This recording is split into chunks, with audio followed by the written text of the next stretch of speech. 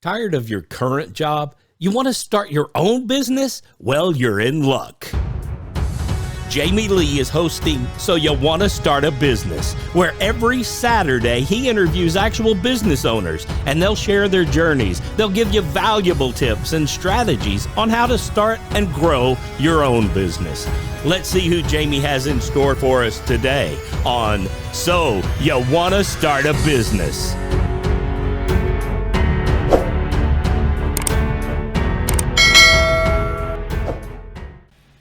And welcome to another episode of So You Want to Start a Business. Today we have a great guest on the show that is going to be one that a lot of people have been looking forward to. I get a lot of questions from everybody that will be covered in this episode. With that, we would like to welcome Theresa Thomas from the Prosperity Experts. Welcome, Theresa. Thank you. I appreciate that warm welcome. My name, as you said, my name is Theresa J Thomas. I am the owner of the Prosperity Experts, which is a professional corporate service company where we help startup businesses and new businesses start and grow their business.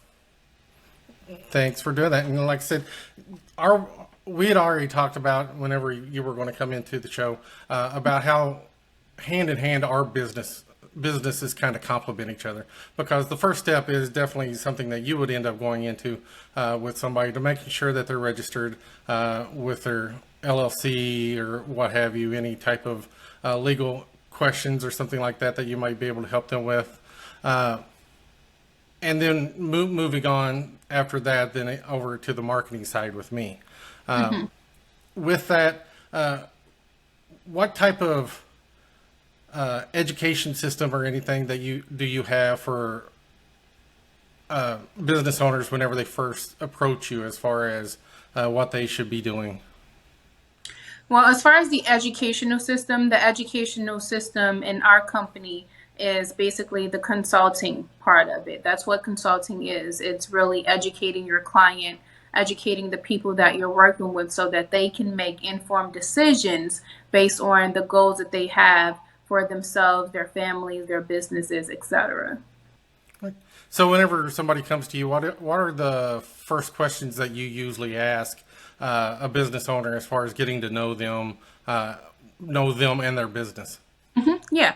So I always ask if you're do you want to start a business, or do you already have one, of course, that has already been registered, started, and you're basically just trying to grow the business? Because, of course, that will determine how we'll start our conversation, right? If you're looking to start a business, then there's going to be more steps to get you where you want to be, or to kind of help you on your entrepreneurship journey. So that means we're starting from the ground up. Your corporate infrastructure, right? Your business registration, applying for your EIN, getting your business plan in order. All of that entails what it means to actually have an idea and to take that idea and convert it to an actual business and set it up for success. But if you're already in business, you've already done the corporate infrastructure, you already maybe been in business for a little while, and you're really just trying to grow the business, and maybe you missed a couple steps here and there, or you may not have learned, right, how to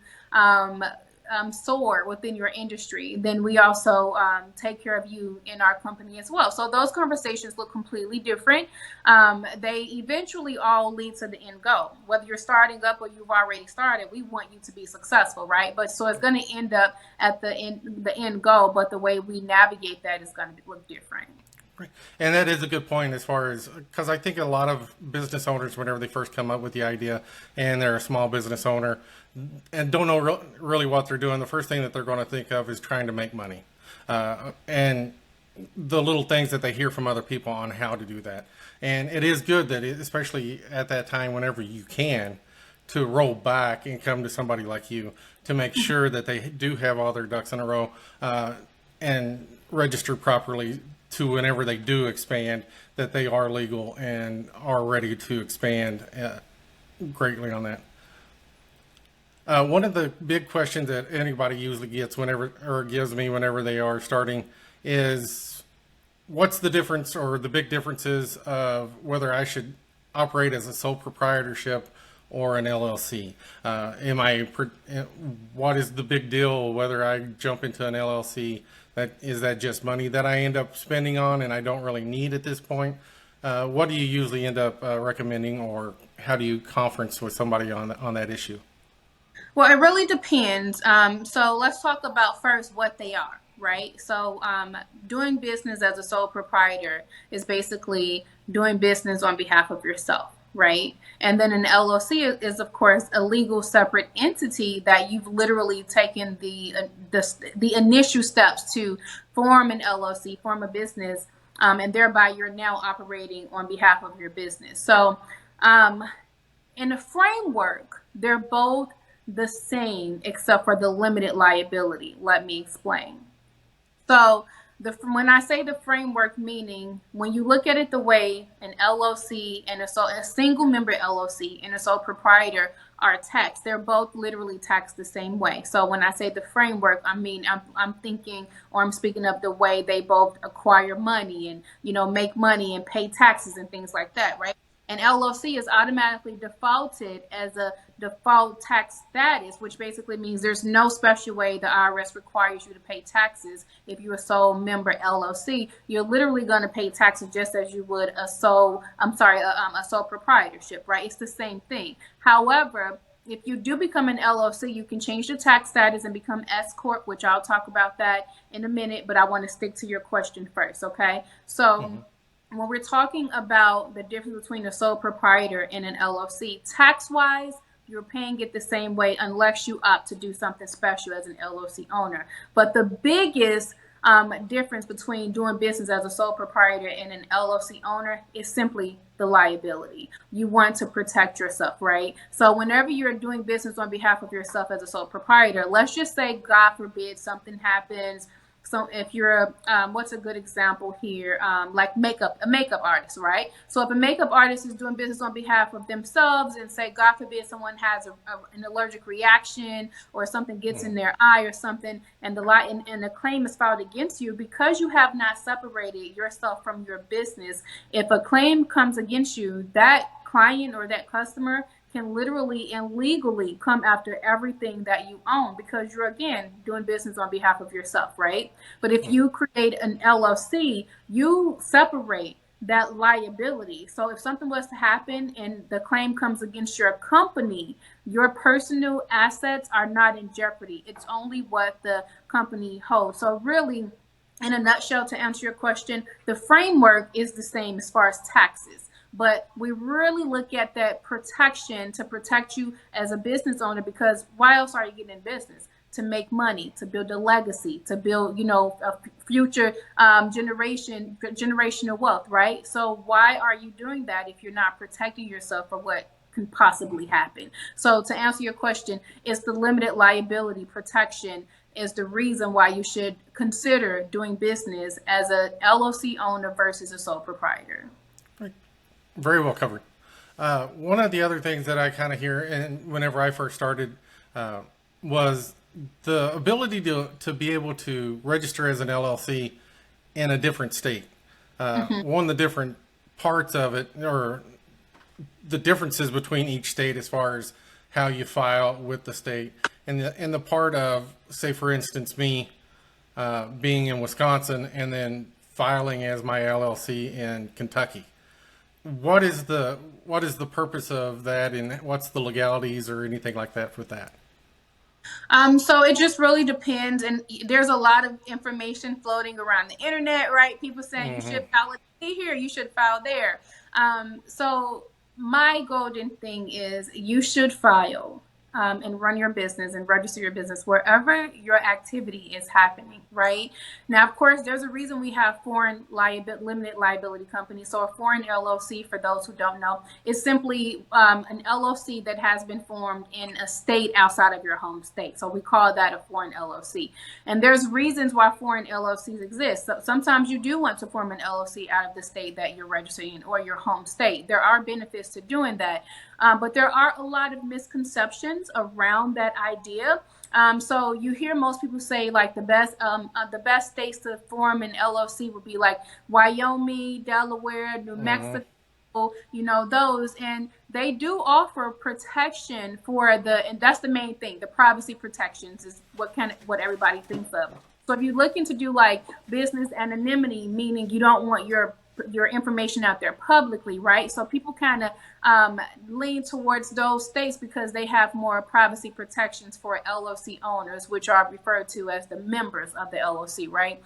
However, a lot of those statistics that are coming from that, and those legal laws that makes people be more attracted to those states, those laws are typically applied to corporations, not LLCs. Now, some LLCs still benefit some part of the laws that are built, but when people say you should start an LLC in this state and that state, when they're talking about those 4 states, besides the privacy policies, all of the other, benefits, a lot of times, if you dig a little bit, they're talking about the corporations. But as far as privacy is concerned, those 4 states are kind of the main ones. However, if you have an LLC in a different state, right? So some states require that you file a foreign LLC entity in the state that you're actually located in. So eventually, if someone digs deep enough, if you start to do business with the banks, your information is going to, eventually surface. So there's really no way around the whole business anonymity thing, right? Somehow your name is going to end up on some paperwork, right? Somehow. But the sense of creating different levels to protect yourself, it exists. It is placed for a reason. You can do business trust, family trust, etc. So I'm not taking away from that. I'm just being realistic, right? At some point, you have to sign documents, right? But I'll give you a quick example. So for example, the state of Wyoming. So the state of Wyoming is known as one of the ones that people say, start an LLC in Wyoming because, of course, the privacy protections, and then it's the tax. Like they don't charge taxes on income and franchise tax, for example. And if you throw that information out in the public, social media will go wild with it, right? Mm-hmm. But here's the thing. That only applies if the activity is done in Wyoming. Okay. So you can falsely educate people and say, oh, Wyoming does this and they don't do this, right? And people will run crazy. But if you live in Kentucky, if you live in Illinois, you think filing your LLC in Wyoming is going to get you that benefit, you're wrong. But sometimes how social media pushes information is half truths, right? And so that's why a lot of times you have to do your own research. But to answer your question, there are benefits that come with different states. Registering your LLC in different states or your corporation in different states, right? But the key thing is understanding your industry, how it affects you, and understanding your activity, where your activity is going to be, basically taking place at your home state or the state that you're registering in. And then overall, just make it make sense to you. Do your research, or if you don't have time to do the research, or if you don't know how, that's why you reach out to a professional corporate service company like myself, or perhaps you have a lawyer on call. But in any event, you have to do your research and you have to make the decisions that are based on your entity and your goals, not what you heard on social media.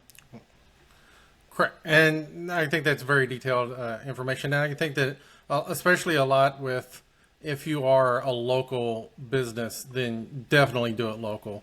I think the other part would be more of like if you're in a business kind of like mine that kind of is a global or a national type, where my business isn't necessarily going to be done. The activity, speaking correct. Of. Yep.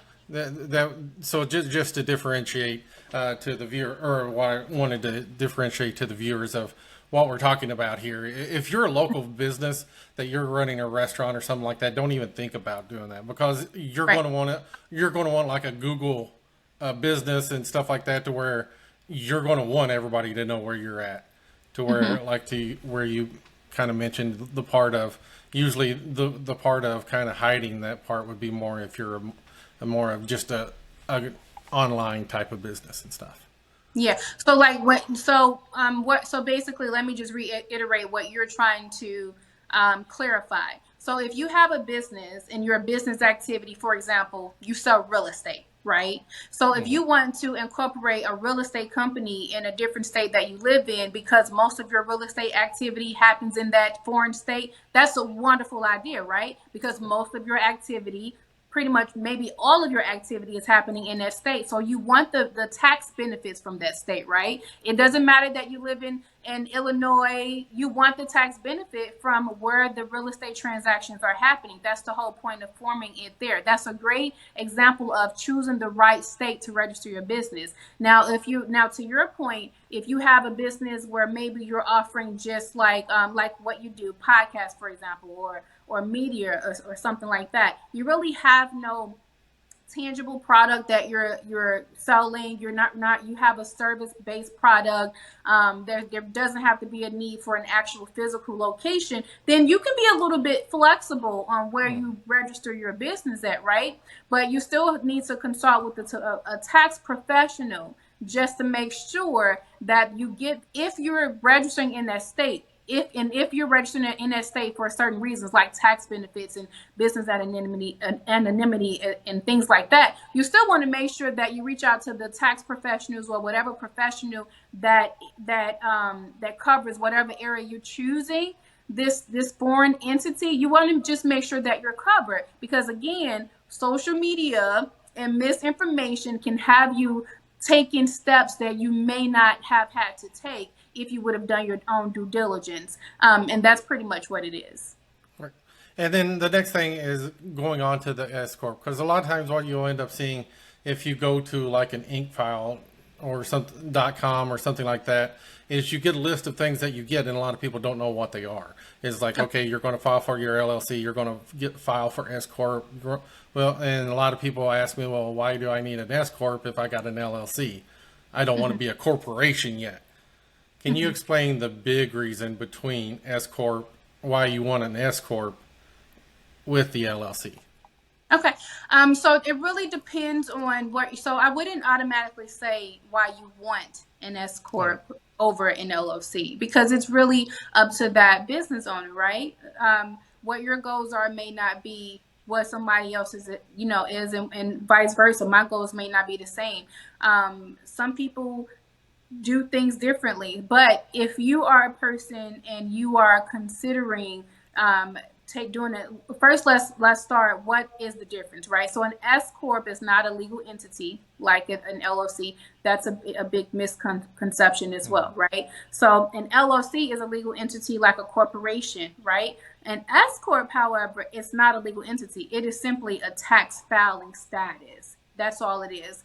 A corporation can be S Corp, and an LLC can be S Corp. You don't hear a lot of people talking about S Corps when it's applicable to a corporation, right? Because a corporation is already a corporation, but it is literally just a tax status. So when you're looking at deciding to become S Corp, what you want to do is just consider, how much money you're making. That's really what it all boils down to. I know a few years ago, before people kind of became a little bit more educated about what exactly an S Corp is, that was like when you talk to financial advisors, they would always put a number out there. Well, you should be making X amount of money before you become an S Corp. And that's truly not the case, right? You can start an S Corp from the ground up, just like you can start an LLC and build your way up. But the fact of the matter is, it literally boils down to how you want to be taxed. So that's what I was saying earlier when you asked me the question. Everybody doesn't have the same goal. Some people,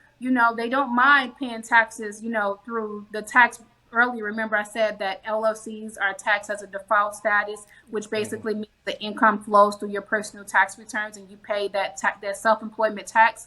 Some people are fine with that because the business hasn't grown, right?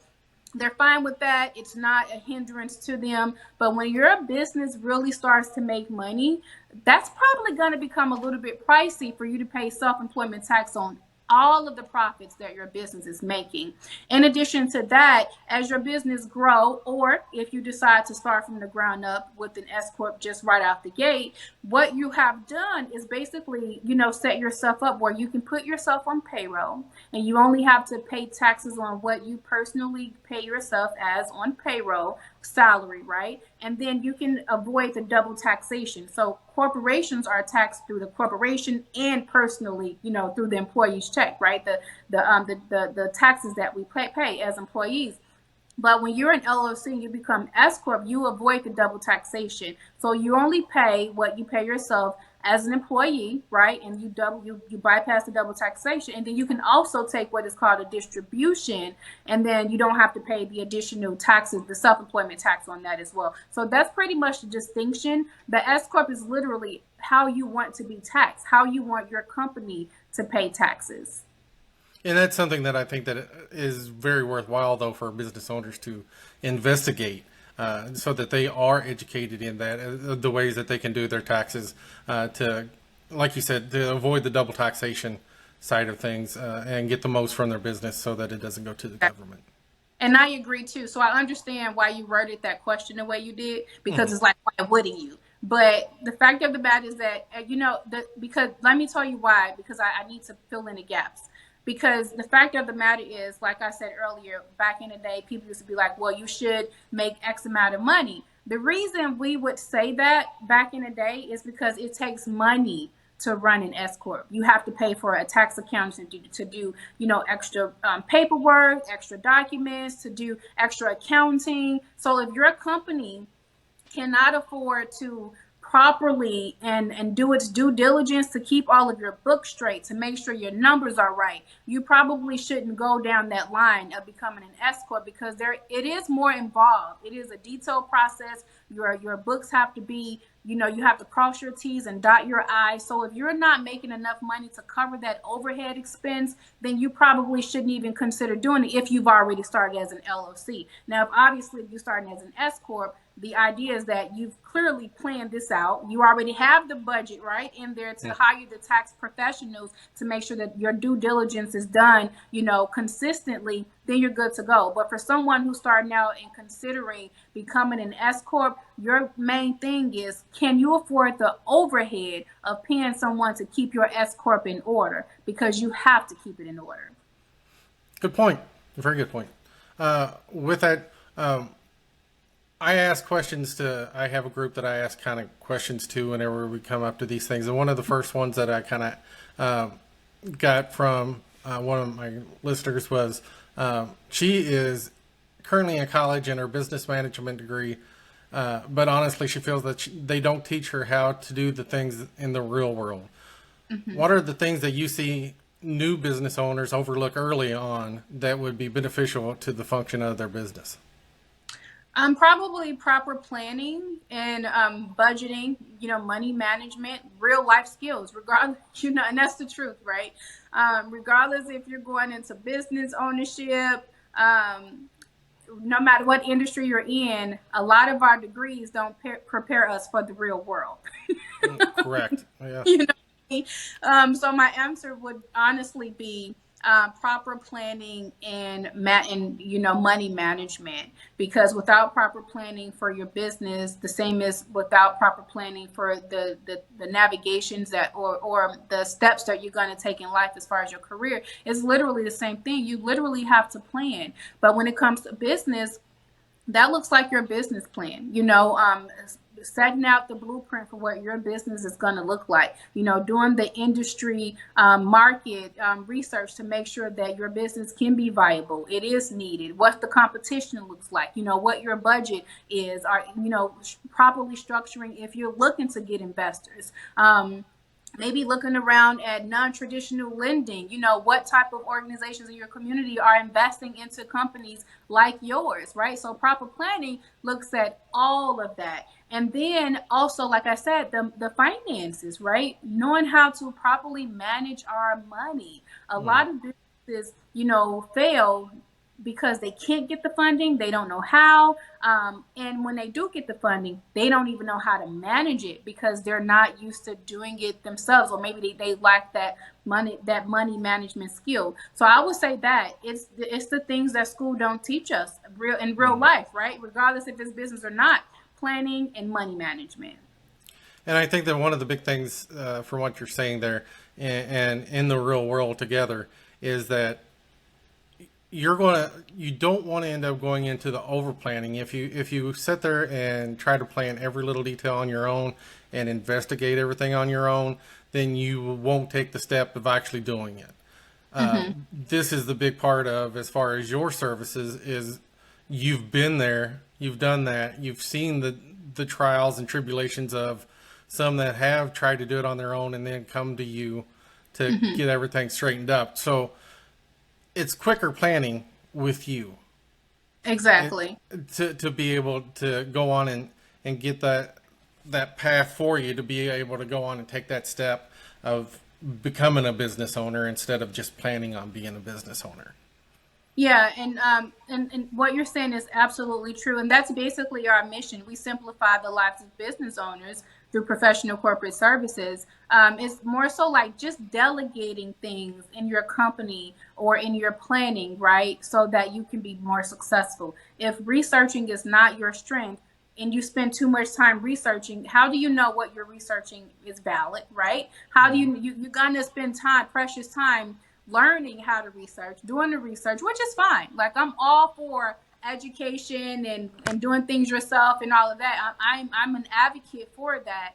But the thing about it is that we do have to be strategic when we're planning a business. And we also have to be strategic when we're actually running and operating a business, right?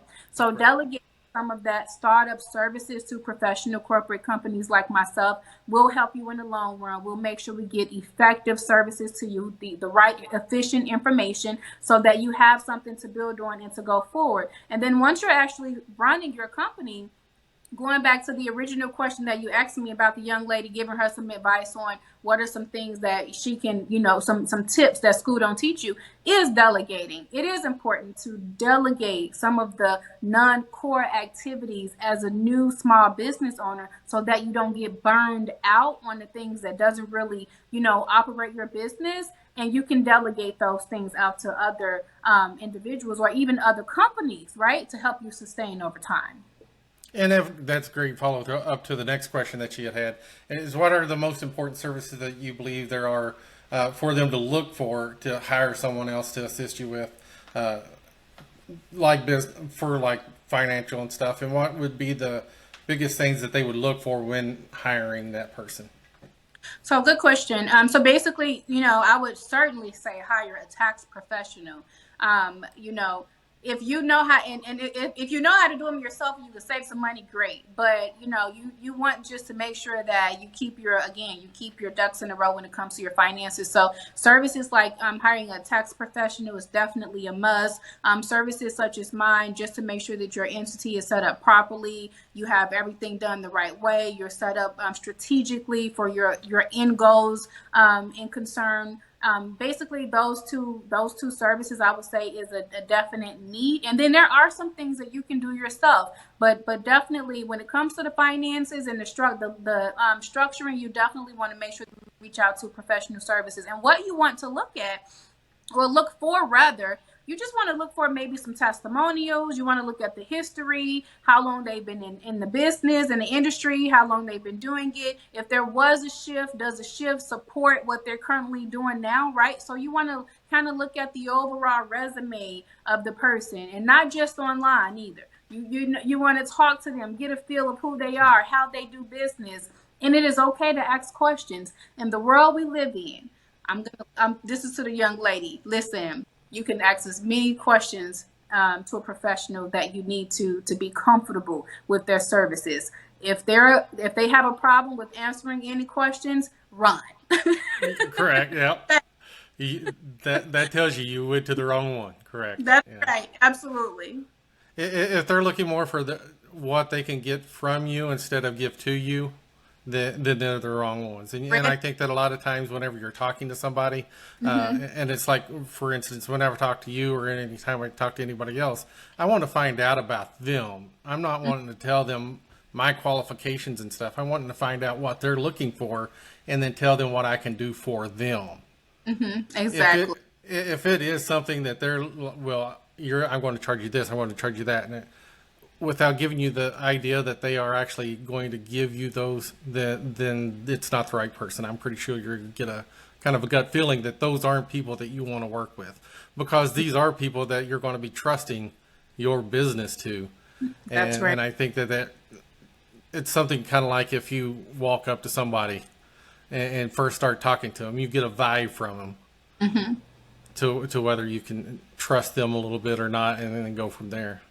That's right. And sadly to say this, just because we're on the topic, I have been doing a lot of like consultations and people inquiring my business, and you'd be surprised on how many have been scammed and services like this, where people reaching out and people promising them they can do this and they can do that. And I mean, like, not scams business-wise, I mean financial scams, promising them funding and they can set their stuff up this way, or they can, and you'll be surprised. And I'm like, well, it's almost like every other day I'm hearing about a bad experience someone had. You wouldn't think it'd be so much out there, but it truly is, you know.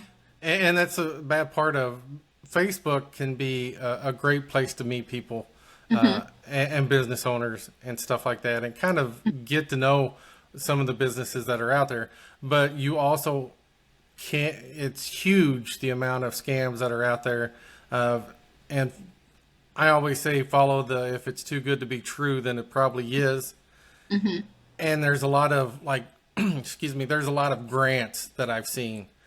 Oh, I can get you a grant guaranteed. Just give me $200 and it's guaranteed. They should not even be starting out like that. And if they end up saying, well, just send it to me through Venmo, or if they say send it through PayPal, but make sure that you send it as friends and family. Yeah, you know, red flag. Make sure that if the stomach starts turning, it's wrong. That's right. If it doesn't feel like a traditional business transaction, that's the first red flag right there, right? Absolutely.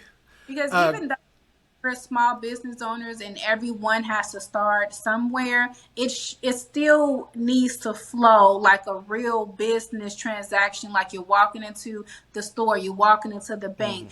You know, they need to have a merchant provider where they can, you know, process your credit cards. And you have to be careful with that too, because even the scammers have those, right? You know, but it to feel authentic, feel natural. Like I said, ask the questions, you know, use Google to research them, not just information, research them, look up the website, you know, but just take your time. You know, a business, when you start a business, it's nothing that you have to rush and do. You want to take your time. You want to plan properly. You want to structure properly. You want to do everything the right way. Part of that planning is making sure that you're partnering with the right company or service provider to make sure that you're being protected and you're planning along the route the right way. So talking about cost and stuff that I had thought about. So whenever you first start up, the EIN number, that can come free, correct? Yeah. The cost of an LLC depends on the state. Yes, it Each varies. state is different. What about S Corp? Is that also filing? So for instance, if you started an LLC and like you said, you didn't have the financing or the infrastructure set up, what's the cost of an S Corp after that? So the S Corp is actually, there's no fee for the S Corp because it's just a tax classification, right? So there's forms that you need to complete to actually become an S Corp, but there's no fee. Now, if you go, just like the EIN, there's no fee for an EIN, but if you go with the professional corporate service company, you know, all of that has fees attached to it because you have to pay for the time, the filing, all of that, right? So the administrative fees, but to answer your question, as far as an actual fee tacked onto it, it's an IRS tax classification, so they wouldn't charge a fee for that. Can you give us any idea or any other things that a business would want to make sure that they're registered with? I hear a lot of things as far as registering with the state to make sure that you're an actual business and stuff. Yes, absolutely. So you, of course, want to register with the state. And if you do still decide to do a sole proprietor, a lot of people don't know that you should register as a sole proprietor too. Because a sole proprietor, you're doing business on behalf of yourself, which is okay. You can still file taxes, but you can still register as a sole proprietor as well, right? But you want to register your legal entity, LLC, corporation, whatever you have, even if you have a nonprofit. Those are businesses as well. They're just nonprofit, right? You want to register with the state, make sure you have that in compliance, get your your EIN. If you decide to go S Corp, you want to get your S Corporation filing in there. You also want to register with your local departments. Sometimes you have to register locally, get your tax accounts. And then when it comes to compliance, in some industry, licensing, of course, is required. So you have to register and get your license and make sure that you're up to date on that. If you code and regulations, again, depending on the industry you're in. So honestly, to answer your question, it literally depends on your industry as far as the levels that you have to do to properly register your business. Some of them can be as simple as I can just register with the state, register with my tax account, and I'll be good to go. Some of them you have to register with every level all the way up to licensing and compliance, and you have to make sure that at least one person hold the license. For example, barbers, beauticians, things like that. Holds a license in the business. So it literally depends on your industry, but also the state that you're doing business in, because remember, all states are not made equally. And if they come to you for that, you would assist them as far as making sure of their business and registered in no matter what state it is? Exactly. So we do service all states, and then also all industries. So it's our job to do the research, like you said. Spending too much time on certain things, that's our job. Our job is to do the research, provide the blueprint, cover everything from the corporate infrastructure all the way to getting you up and running, whatever that looks like. And based on what that looks like for your industry, that's basically how we price our services. And one of those things, and that's one of the things that I didn't know whenever I just first started thinking about a business to do. I thought about doing credit repair, assisting people with credit repair. But then I end up learning about the different registrations and stuff like that you had to do that were different for each state that you end up doing that for. Such as Georgia, you got to be a nonprofit before you can do it with Georgia. Or Kentucky, you don't have to do anything necessarily. But then, like in my state of Wisconsin now, I got to have a surety bond and stuff like that, and register with the state to make sure. So it is something that things aren't always as simple as you want to make it. And so that's really, and no matter, because I've done the part of try to talk to people stuff as far as where's the best place to look, because there is no really good place to look. As far as specifically, because some say, well, look at your Secretary of State's website and stuff like that. I'm glad you make that point. There's not always this check, this is what you do, right? It's not that simple. And that's why, the thing about it is that sometimes you have to dig a little bit to know if you actually have all of your T's crossed and your I's dotted, right? And then sometimes people end up not knowing until they make an error or they find out, oops, oopsie, yeah, absolutely. Right? And that's one of the things whenever I first started my business, and because my business, I want to help business owners, whatever they need. And I thought about doing that was an idea of type of a checklist. And I'm like, I can't. It's all time consuming. And that's why the great thing about whenever I met you online and started talking to you and stuff to see that that's what you do.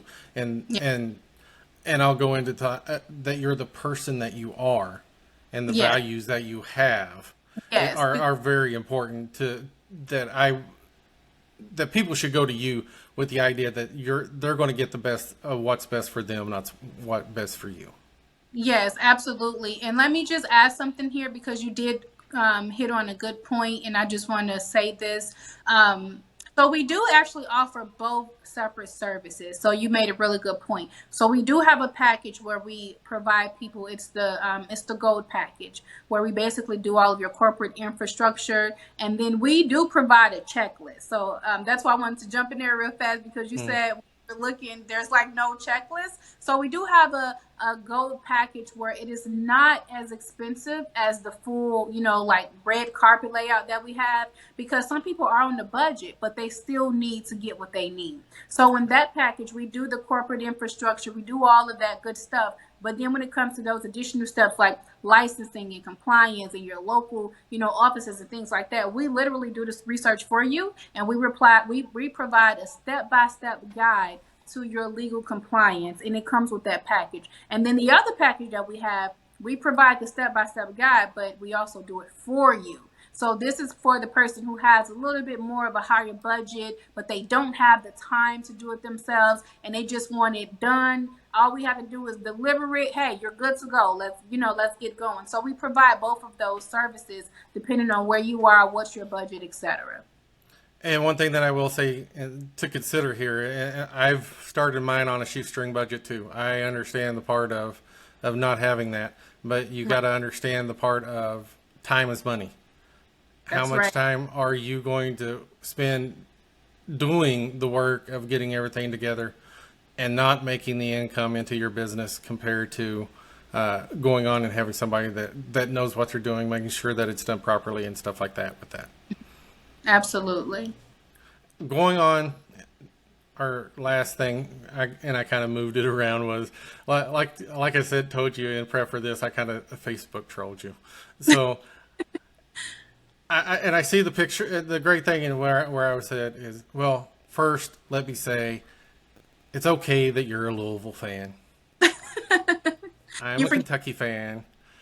Yes, I am Louisville alumni, U of L. That's right. I'm a Georgetown College alumni, so I'm right there next to UK. I used to work at UK after I left Georgetown, and my sister actually works at Georgetown. So, I mean at UK. So I give you a pass. Some of the sayings, and I had it all written here, but I won't read all of it. But some of your posts and stuff like that kind of give the words of encouragement, the type of values and stuff. I think that a lot of people would end up seeing that as something that kind of gives them trust and hope and an idea of what your value core is. I always say that comes naturally with being in Kentucky, but as a Kentucky boy. But that's not always true anymore with today's world. But I think that with anything, I guess, without mumbling on, is the idea of being positive. Keep up the positivity and getting set up for your business. And it does get to the point of you're like, what do I do next? Mm-hmm. Is this really something that I should be doing? Am I right for this? What would you say to that, as far as to somebody who is just trying to keep their confidence up that they are doing the right thing and going into business? Yeah, absolutely. Thank you for that question too, by the way. So that's the whole meaning behind the prosperity experts, right? So of course we all want to be financially secure, right? No, but it is what it is, right? But being prosperous and living a prosperous life is not just about finances. It's about the overall holistic approach to living fulfilling, prosperous lives. That means your money, your mental health, right? Your physical being, your spiritual being, all of that, it's all wrapped up in one. So a lot of times, like you said, I do have like motivational posts a lot of time. I'm not just a businesswoman. I'm a mom, I'm a daughter, I'm a sister, I'm an auntie, all of these things. And I just happen to be good at business and I became a business owner, right? Mm-hmm. So all of that is me. But to answer your question, I do believe that if God puts I can't apologize for bringing God in the mix, but if God puts an idea in your heart and it is in your spirit and you know that this is what you was born to do, right? Then you have to do it, period. Now, is it going to be hard? Will you run into challenges? Will sometime life just take the wind out of you? Absolutely. Absolutely. But you have to know that you know, right? And you have to have the support system. You have to find the education, whether it comes from traditional education, researching online, reaching out to professional companies such as myself. You have to align yourself properly in order to meet your goals and do what you feel you were called to do. everybody, we all have the same hours in a day, right? Some of us have to work a 9 to 5. Some of us taking care of the kids. Some of us running businesses. Some of us are doing all three plus more, right? Yeah. So we really have to kind of prioritize what we have on our plates, and also prioritize these dreams and these visions that God has given us, and really align ourselves to our true purpose, our true calling, and then take the necessary steps to get it done. So that's my take on that. And absolutely, and it's one of those things of if you're doing the business for the right reason, then you're doing God's work. That's right. And Yeah. it's something that you should always keep in mind. And it's one of those things that you will have the highest of highs, and you will have the lowest of lows. You want to make sure that you're trying to keep not too high when those highs come, because you don't want to come too low whenever the lows come. That's right. No, you're absolutely right. So, what I hear you saying is, don't let the success get to your head, but don't let the failures get to your head either, right? And just, Absolutely. and even myself, like I went through a really dark patch. I recently lost my brother. So I went through a really hard time as a business owner. And meanwhile, I mean, I'm a business owner. If you don't work, guess what? You don't eat. Right? Absolutely. So I had to navigate my way through being a business owner, being a mom, and still pushing through while it felt painful, and I sometimes I couldn't even speak on days, but you just have to push through. And my brother was my biggest cheerleader. Like, he was my biggest cheerleader. So sometimes I drew strength from that. Like sometimes speaking to him, I feel like in the spirit, like, bruh, I need you today. So you just have to find a way to just keep going through, and just know that if you, and I'm just gonna say this, so if you watching this and you're going through a dark time in your life right now, regardless if you're a business owner or an entrepreneur, you could be working a 9 to 5. But if you're watching this and you're going through a dark time in your life right now, it is temporary. You understand? And you will get through it. Just keep putting one foot in front of the other. Keep the faith. Keep going. Keep moving. It will come to pass. Okay? Yes. Tom Hanks, actually, and I mentioned this before on one of the episodes, Tom Hanks always said his biggest, best advice that he always ever received was the idea of "this too shall pass." That's right. This too shall. The great times, whenever it's the great time and you're above the world, this too shall pass. That saying doesn't just come for the bad things. That's It's for right. the good things as well. Absolutely. There's no highs without the lows, and vice versa, right? Absolutely. We have to learn and pour from all of it. The good times, the bad times, pour from all of it, because it truly rounds us out and make us the individuals that we are. If everything was full of highs, who would we be? And if everything was filled with lows, like, imagine who we would be. So it's like, Absolutely. it all entails into making us beautiful souls and beautiful people, and realizing that we are all interdependent on each other, and we're not just here to make money to serve ourselves, and we're here to help each other, and to build each other, and to grow, and to help God's kingdom. That's really what we're here for. Absolutely. Amen. So with that, tell everybody, I hope everybody's gotten a great value of this. That's why I do these, to kind of give a little bit of inspiration, a little bit of information, and a whole lot of hope. With that, tell everybody the best way to contact you and to follow you and to support your business. Yes, absolutely.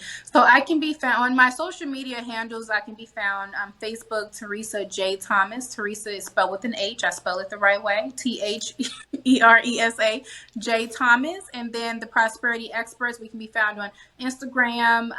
We're also on LinkedIn, Theresa J Thomas. I'm on LinkedIn as Theresa J Thomas. And then you can visit our website, www.theprosperityexperts.com. Just make sure you put THE in front of the Prosperity Experts with an S.com. So theprosperityexperts.com. You can go on there, find us, and that'll link us to, if you want to schedule your consultation, if you want to check out our services. We are doing some updates, but pretty much everything is there. Great. And with that, I hope everybody has received the blessing of listening to this all the way, that you've gotten something from the video. If you have, please support Theresa and myself. Make sure that you like, subscribe, leave a message for us. We always want to look at those to make sure of seeing who is listening and what kind of questions that we have. Contact me or Theresa, either one, if you have any questions with that.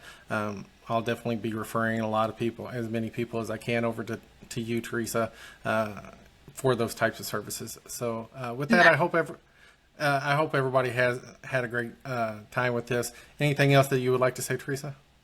Yes, make sure you guys check out the podcast. I believe the episodes are weekly podcasts, and he has wonderful guests on all the time. And I just want to give you the opportunity to say the name of the podcast, how they can find you, how they can follow you. Yeah, so, and that is the great thing right now. We are still just the channel right now. So you want to start a business? I am looking in, but I have had a lot of requests of people who and I understand it's hard to sit here and watch an hour-long interview and stay on YouTube. So I am looking at getting that onto the podcasts so that you can listen to it on your drive to work and on your way home, or like my son said, while he's doing his mowing business and he's mowing his lawn. So with that, I do appreciate everybody's support with that. Like I said, I've started Patreon and stuff like that, which will be in the description. Anything with that, I'm just here to help anybody that I can. So with that, another great episode. Glad we were able to get together, and we will definitely keep in touch. Yes, thank you for the opportunity. I appreciate it. Have a good day, okay? You too. And with that, everybody, thanks and have a great day, and God loves you.